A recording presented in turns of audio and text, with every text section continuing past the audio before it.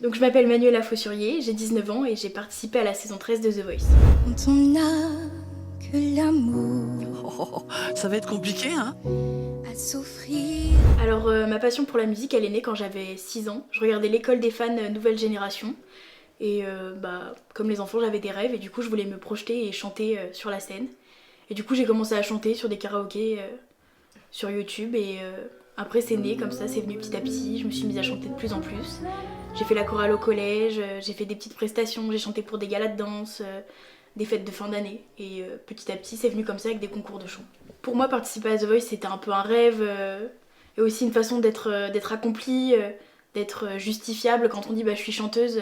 Quand on n'a pas fait The Voice, entre guillemets, aux yeux des gens on vaut rien. Et une fois qu'on est passé à la télé, les gens ils disent ah ouais c'est trop bien. Alors qu'en fait bah, je chantais déjà bien avant. Hein. Je prends le premier train qui emmène ma peine loin. C'est mon dernier refrain. Et maintenant, on va dire, c'est un peu une approbation.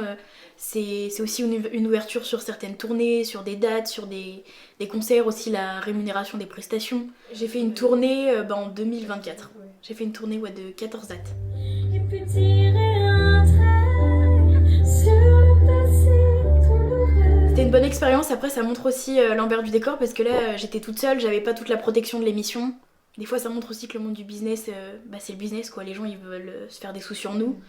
Et moi, je suis pas dans ça quoi. C'est vraiment pas, c'est pas mon truc. Moi et l'argent, c'est un peu, on a un rapport un peu décousu. Bah, je craignais un peu l'exposition parce que je me suis dit bah maintenant on va me voir sur le grand écran. J'avais un peu peur des commentaires, du jugement, des gens qui me connaissaient. Et finalement, ça s'est plutôt bien passé. Je pense aussi qu'ils ont joué sur le fait que j'avais un profil un peu atypique, en mode je suis une fille simple, je m'en fous de tout. En fait, à la télé, on pense que nos coachs, ils sont vraiment nos coachs, alors que pas du tout. En fait, on les voit juste pour un petit tournage de 30 minutes, histoire de faire quelques plans. Et en fait, on a des sous-coachs. C'est horrible de dire ça, alors qu'en fait, par exemple, moi, ma coach avec Big Flo et Oli, elle a coaché Céline Dion, elle coach Slimane, elle coach Louane. Donc c'est quand même un truc de ouf, quoi. Et là, par contre, on progresse vraiment avec eux. On voit plein de techniques de chant.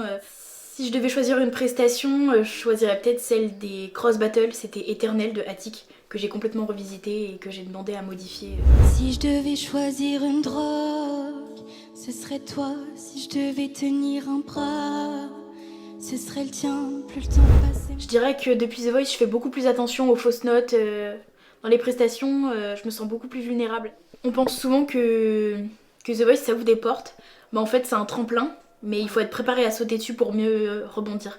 Si on n'est pas prêt, ça sert à rien. Moi, je l'ai pas pris correctement le tremplin, donc c'est... Après, c'était aussi un peu un choix de ma part. J'étais jeune, j'avais le bac à passer, mes études à faire. Ça, c'est une phrase que quelqu'un m'a dit et que je retiendrai toujours. Le plus important, c'est l'entourage. Mais moi, mon entourage, il a pas toujours été là. Mes parents, ils étaient pas forcément pour que j'aille faire une émission comme ça. En plus, ils me croyaient pas quand je leur disais que j'allais faire les castings. J'ai tout fait toute seule, de A à Z, que ce soit les vidéos, envoyer les candidatures, gérer les appels, les castings, etc. La personne en qui il faut avoir le plus confiance, c'est nous-mêmes, parce que les autres, peut-être qu'ils seront là. Moi, je me suis pris des réflexions du style, ah, mais t'habilles pas comme ça, ou fais les choses comme ci, maquille-toi de cette façon, chante cette chanson et pas celle-ci. Et en fait, des fois, j'ai peut-être pas vécu mon aventure comme j'aurais vraiment voulu la vivre. Donc je regrette certaines choses, mais en même temps, je me dis c'est un truc de ouf d'avoir fait ça à 16 ans. Donc le conseil que je donnerais, c'est il faut y aller, il faut avoir confiance et faut pas avoir peur. Faut réaliser ses rêves et de toute façon, rien n'est impossible avec un peu de travail, on y arrive toujours.